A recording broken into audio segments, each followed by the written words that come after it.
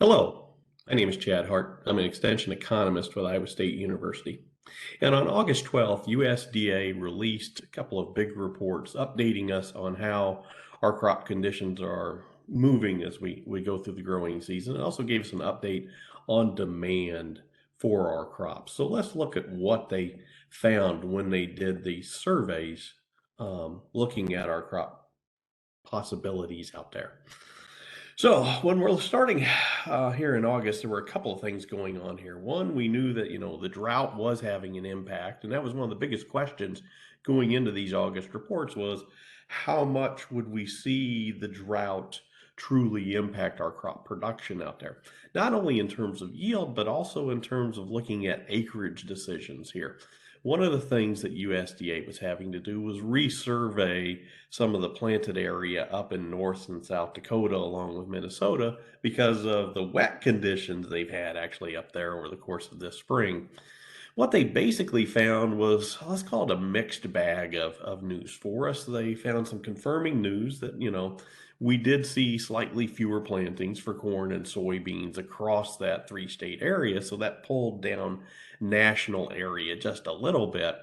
And they did find corn yields had definitely been impacted, especially as we look towards the south central, part of the U.S. But they also found that farmers indicated there's still fairly good to strong yield potential as we're looking at soybeans across the country, especially as we look towards the eastern corn belt. So the drought here looms large, and we'll continue to monitor how it's impacting the crops as we're going forward. But, right now, I'd say, like I say, it's sort of mixed right now as the indications what we're seeing out there. When you look at the yields that USDA released with the August reports, now these are based off of farmer surveys. So they go out and they survey thousands of farmers across the country, basically asking, what do you expect your yield to be this year? And the states that you see here that are slate shaded blue are seeing yields that are better than what they had last year. The states in red, worse than what they had last year. And the states in sort of grayish colors there, basically the same as last year. So you can see that, as we look across the majority of the country, we are seeing the potential for lower corn yields. So we look at the southern plains, that's definitely a drought impact there. And arguably the southeast is due to some of the flooding events and a lot of the wet weather we've seen there. Last year, the southeast had near ideal conditions for crops. This year, not so much. But as you look up towards the northern plains, what's interesting there is that even though, yes, they had planting delays, and they were really impacted by drought last year, and that's a big thing to remember here. That drought last year hit them a lot harder than what we're seeing this year. And so we actually see improving yields as we look at the northern plains. Here in Iowa, right now, they're holding us at the status quo. We had 205 bushels per acre last year. We're projecting that again this year. But this would be something that bears watching because, as you can see here, once we start to see those drought impacts, factoring into those farmer expectations there, that has been tending to pull down on that yield. But overall, nationwide, what USDA did was lower their projected yield by 1.6 bushels per acre. So we're now looking at an average of 175.4. So still a very good yield, but down, like I say, about a bushel and a half from last year. Now, the confounding thing that we found when we talked to farmers, though, is that on the soybean side, at least nationwide, on average, we're seeing a better crop than what we had last year. In fact, as you look at the nationwide yield estimated there, it's at 51.9, which is up 4/10 of a bushel. And that's really based on the strength, especially as we see in Illinois, Indiana, Ohio. You can see all three of those states slightly bluish tint on the map, but if you look at each of the yield numbers on the top side of each state, has that hashtag by it indicating the potential for record yield as we're looking there. And in fact, well, not only are we looking at record yield in the eastern corn belt, as we look down towards the delta, Arkansas and Mississippi, also are looking at some very strong potential soybean yields as we're looking forward. Again, we see those northern plain yields looking better. Again, sort of a rebound from last year and the drought impacts they had. But you can also see, again, the drought hampering, especially as we look at Nebraska, Oklahoma, into Texas. Even here in Iowa producers indicating that maybe the drought is having more of an impact on the soybean crop than it is here on the corn crop. But it is sort of just interesting to see that this map sort of has, I look at it as sort of an alternating pattern of stripes here, where the northern plains are good. Illinois or Iowa, Nebraska into Wisconsin, nope, weaker there. Then we see another strong belt from Kansas moving into Ohio, and then it gets weaker again as we look towards the southern parts of the country. But the idea is overall, farmers indicating still, like I say, very strong yield potential as we look out there, but needing some rain as we move through the latter month of August, or latter part of August here. Now, sort of adding all the numbers up, what you see is that, when we put this all together, what USDA found for the corn market was that, supplies are getting smaller. They actually shrunk their production number down by nearly 150 million bushels making these changes. But they also saw demand shrinking as well. If you jump down to the gray box, the cuts they made there were they took out 25 million bushels out of ethanol for the 2021 crop. So the crop that's in the bin right now, but they left the 2022 number alone. So they're sort of transferring, if you will, some of the bushels from old crop to new. When we look at feed and export demand, they lowered those 25 million bushels for the new crop for 2022. So they have been whittling down on all three of the big demand sectors for corn. And in fact, as you look here, they whittled it down enough where what we're expecting is sort of ending stocks at the end of this marketing year. So at the end here of August, will be a little bit bigger than they were the year previous. But as we look forward for the 2022 crop into 23, we do see those stocks tightening up again.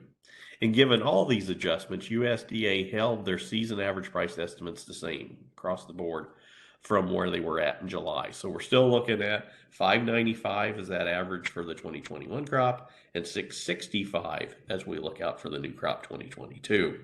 Now, jumping to soybeans, what they found was, again, a little bit less acreage out there, but a higher yield.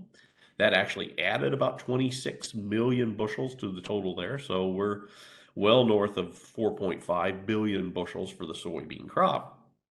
And when we're looking at demand, again, they sort of made some adjustments there as well, but especially to exports. And again, it was one of these deals of sort of pulling some from 21 and plugging it into 2022. They basically reduced 2021 exports by 10 million bushels, but increased 2022 exports by 20 million. So we are seeing, if you will, some sales slide from old crop to new crop. In essence, though, what we're looking at is soybeans production matching total usage and ending stocks hovering in this 225 to 250 million bushel range, whether we were looking at the old crop or the new crop. And given that, USDA decided to lower their price estimates just a bit by 5 cents a bushel on both the 2021 and 2022 crops.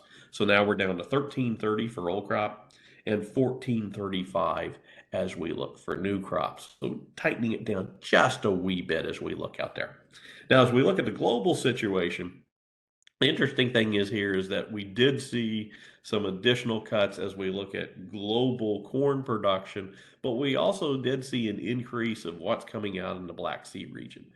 As USDA has looked at sort of the data that has come in, especially from the Ukraine, they did bump up those corn expectations coming out of the Black Sea, especially now that we're seeing that, some fairly good weather helping develop those crops, and also that shipments are leaving Ukrainian ports. And so that gave USDA a little confidence to raise the corn production number for the Black Sea, but other areas, especially the European Union, is also suffering through a drought, a fairly significant drought as well. And so that was a big enough cut there out of Europe that it offset the gains we're seeing in the Black Sea market. So the corn market continues to tighten up worldwide. On the other hand, the soybean market continues just to get a little bit bigger. In fact, as we look out there, USDA basically made no big changes to our major competitors, but we do see China trying to produce more soybeans as well here. And so world production totals continue to be on a record pace as we look at the soybean market. Now, thinking down the line over the next few weeks, not only, I would argue, will we be watching those crop ratings as we try to figure out how the drought is impacting yields, but I'm real interested to see how our international markets perk up as we typically get towards harvest. As we look at our advanced soybean export sales here, you can see that we've hit the period of time now when we tend to see increasing sales internationally. Basically, a lot of buyers come in right around harvest time, and so I'll be watching to see if this red line for this year's crop starts to turn up like it usually does, to just indicate that demand is still strong internationally.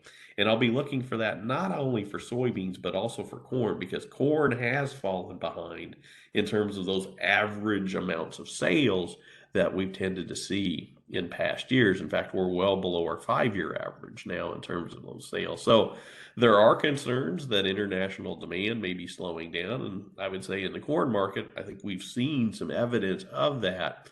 But can we get back on, let's just call it a normal pace in order to help support prices as we're looking forward? But at the end of the day, I would argue it was those supply concerns that sort of ruled the day in the marketplace, and we saw corn and soybeans both in positive territory at the end of the report day. And so I think we are starting to build back in a little bit of a weather premium for both crops here going forward. There are concerns that the drought is starting to show a more substantial impact as we look out there, and I think the market is building that back in, because basically what we've done over the past couple of months is we've taken all that risk premium out of the market that was due to not only weather, but the war. And so we pulled all that back out. Now I think we've got to reinflate a little bit given the weather market that we have and given the weather concerns that we have. So we do see some fairly strong prices still out there today. They look like they're building a little bit as we get into harvest. But those building prices are because we are starting to see some bushels being lost due to the drought conditions as we look out there. So as I look at the margins, they remain fairly strong. As you look at this graph, that dark black line there towards the bottom was our estimated production cost at the beginning of the year. And so you can see that, prices have remained well above those estimated costs from long ago over the entire year. So we're still looking at good, strong prices and possibly building prices because of weather conditions as we're looking forward. So like I say, as we look forward over the next month, I think the big things we'll be watching for are, again, those export sales. Do we see those weekly totals start to add up? How do those crop ratings continue to be? And then as we look into September, September is the month where USDA starts what they call their objective yield survey, where they actually go out into fields and start counting the number of plants, the number of ears, the number of pods. If the crops are mature enough, they'll actually harvest some of those and estimate grain weight. So we'll get much finer detail on the potential impacts to production that weather conditions are having out there. So it's going to turn out to be a fairly interesting month as we move forward here over the latter half of August into September. But with that, I'm going to stop. Thank you for your time. Again, my name is Chad Hart. I'm an extension economist with Iowa State University, and that's your market update for August.